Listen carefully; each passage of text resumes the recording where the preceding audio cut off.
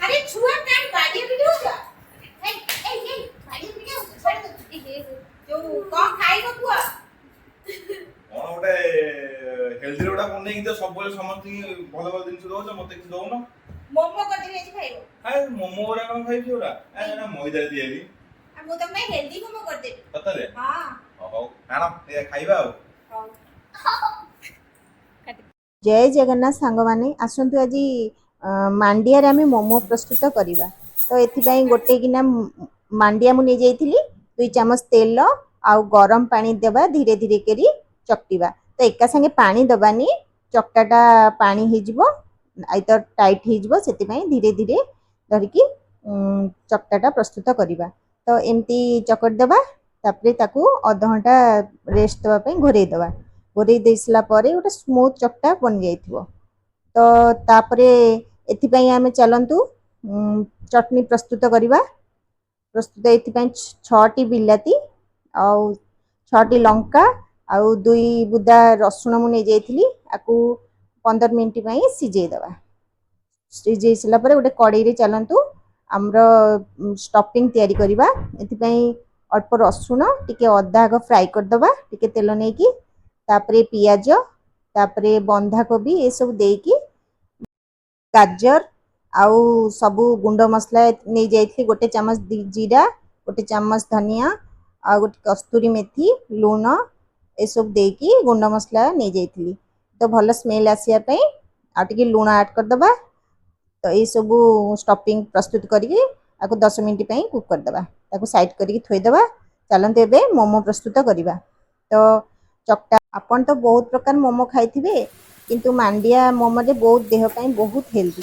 तो चलंतु मांडिया मोमो प्रस्तुत करिबा। मांडिया डोटी बहुत नरम हो जाइतला घोइला परे तापरे गोटे बड़ शेप कर दबा। तो मो शेप कर साला परे एठी मोमो छांच मु गरम कर देथिली आपण चाहिले स्टीमर फिमर जोथरे भी नेकी स्टीम कर देबे।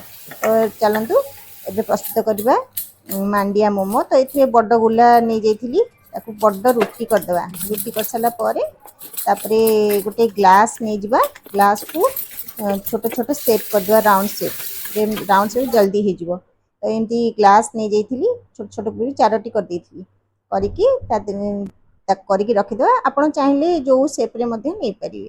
तो मु जल्दी होबा पई एमती नै जाइथिली एटा सब बाहर कर दबा ताकू पछरे टिके पछरे चकटिकी पोणी करिवा। ए तो बहुत जल्दी हे जिवो नले मोमो करिवा पई बहुत झंझट लागे। तो एई वे रे करंतु बहुत इजी लागे। ताबे स्टफिंग भीतर देकी आपण जो शेप कर परिवे मेंदी पिठा भलिया कर देथिली आउ ई बहुत सॉफ्ट थिला भल लागुथिला। तो मो देह पई तो मांडिया बहुत ही हेल्दी छुआ तो सेमती खाइबेनी आपण मोमो फोमो करिकी प्रस्तुत करिकी दे देले सेमान सब खाइ देबे।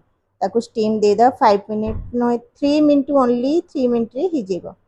तो तापरे चटनी सहित सर्व करिवे। चलंतु चटनी रे टिके लूण ऐड कर देबा। लूण ऐड करना थी सेति चटनी टे लूण ऐड करी मिसई देबा। तापरे चलंतु सर्व करिबा। तो मोमोटी बहुत ही सुंदर हेतला टिके कलर ब्लैक दिसथिला बड़ा यूनिक दिसथिला। तो चटनीटा टिके राग थिला या मोमो सहित मांडिया मोमो सहित ही बहुत बढ़िया लागुथिला। तो चलंतु देखिबा छुआंकु दबा कोन करछि रिएक्शन ताकर नियो केनी मांडिया रे केनी प्रस्तुत होई छि मोमो देखिबा आ भाई के फाटी जाई फिर भी ठीक है। ओडिया